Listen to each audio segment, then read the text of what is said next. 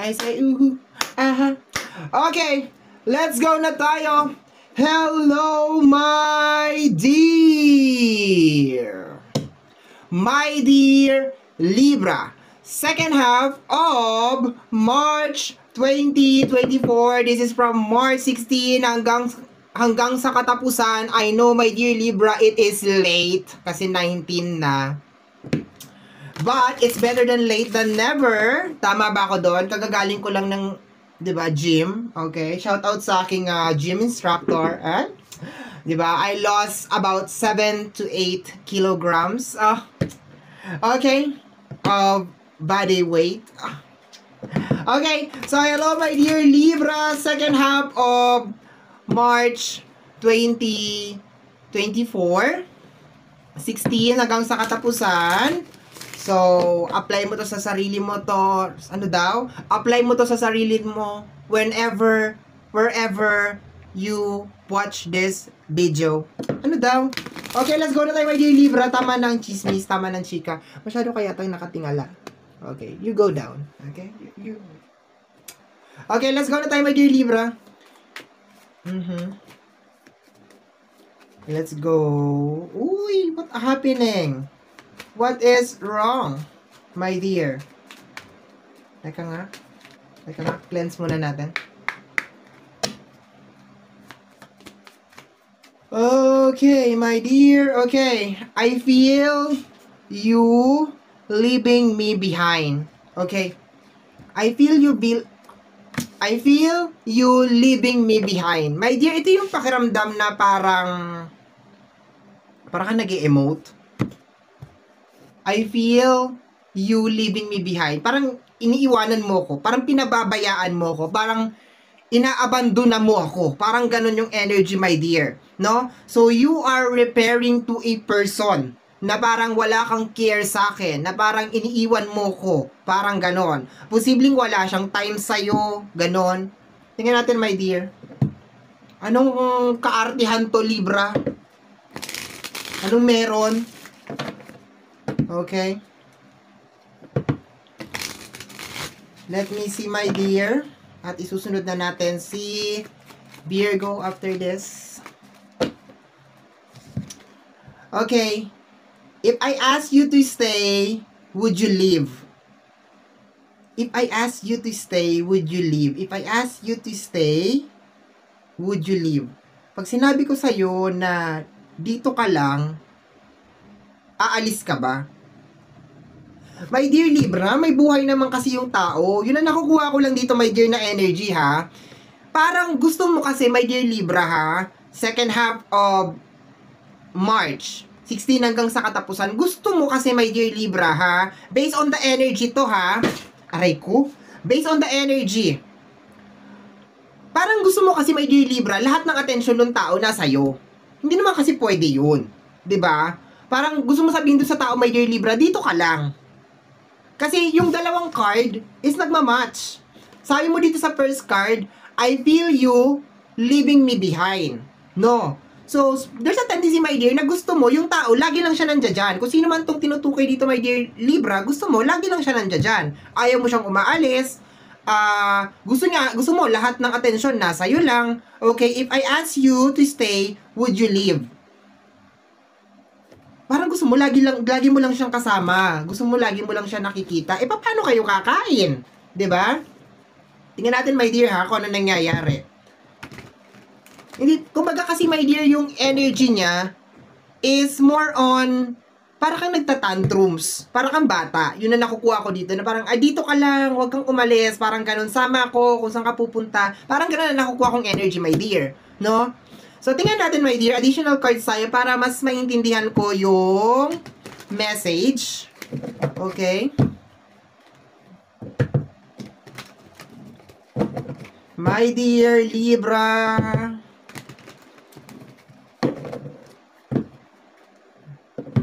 Last shuffle na ito. Tapos, cut na natin into 3. Tingnan natin kung ano nangyayari, my dear.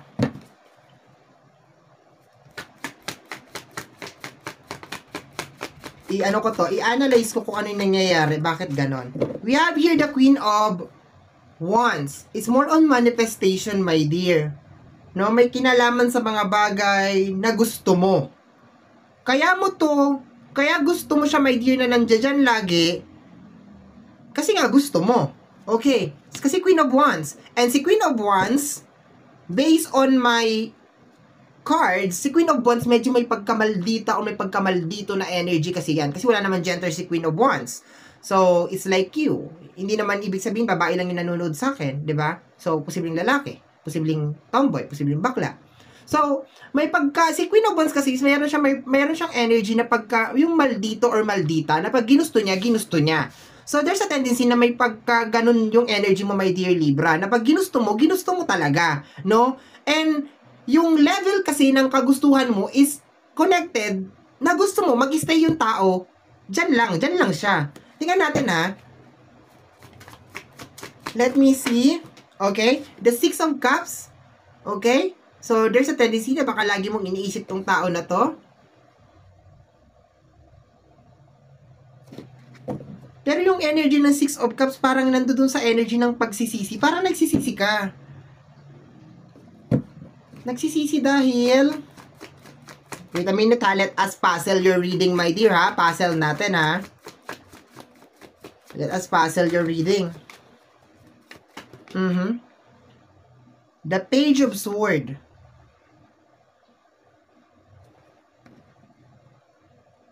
Okay, wait lang. Asking guidance at saka stalking energy. Teka lang ha, my dear Libra. Kapit ka lang, my dear. Ang weird ng reading mo. The Three of Sword. Okay, so may issue dito. May issue between you at saka dun sa person na yon. Kaya parang gusto mo, you feel like this, nag-English kasi ako. Pakiramdam mo, itong tao na to ay nagtatago sa'yo.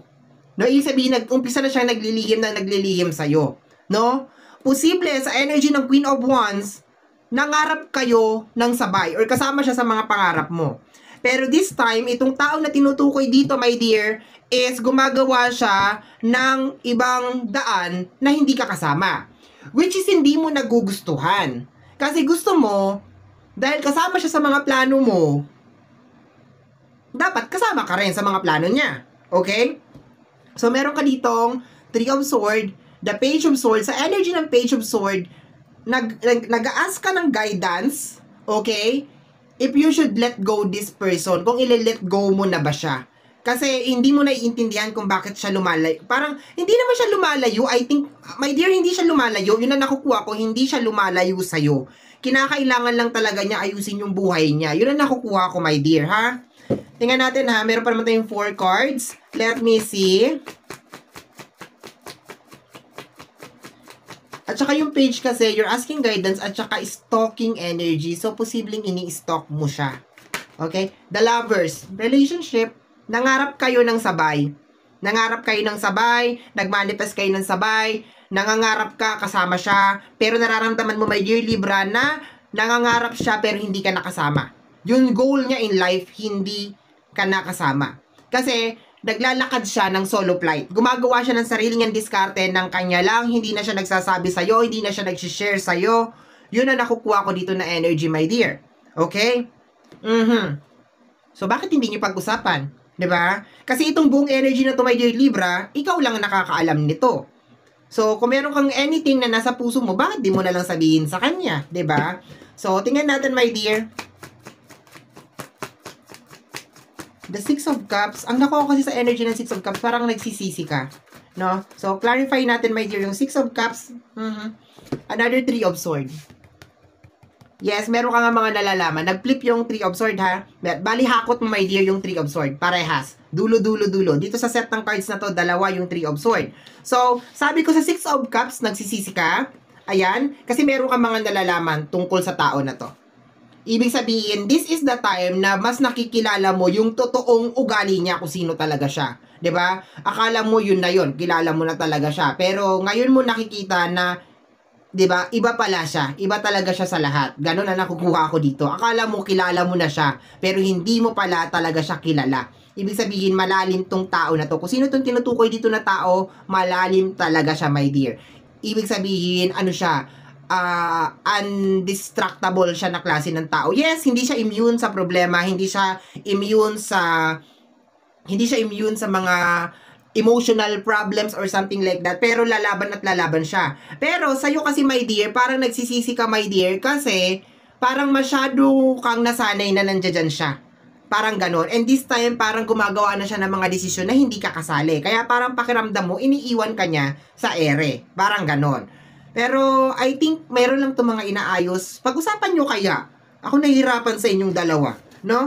Let's go tayo, my dear, the page of sword. Let me clarify. Inakot mo yung dalawang 3 of sword. We have here the 10 of wands. Pakiramdam mo talaga, my dear, iniiwanan ka mag-isa.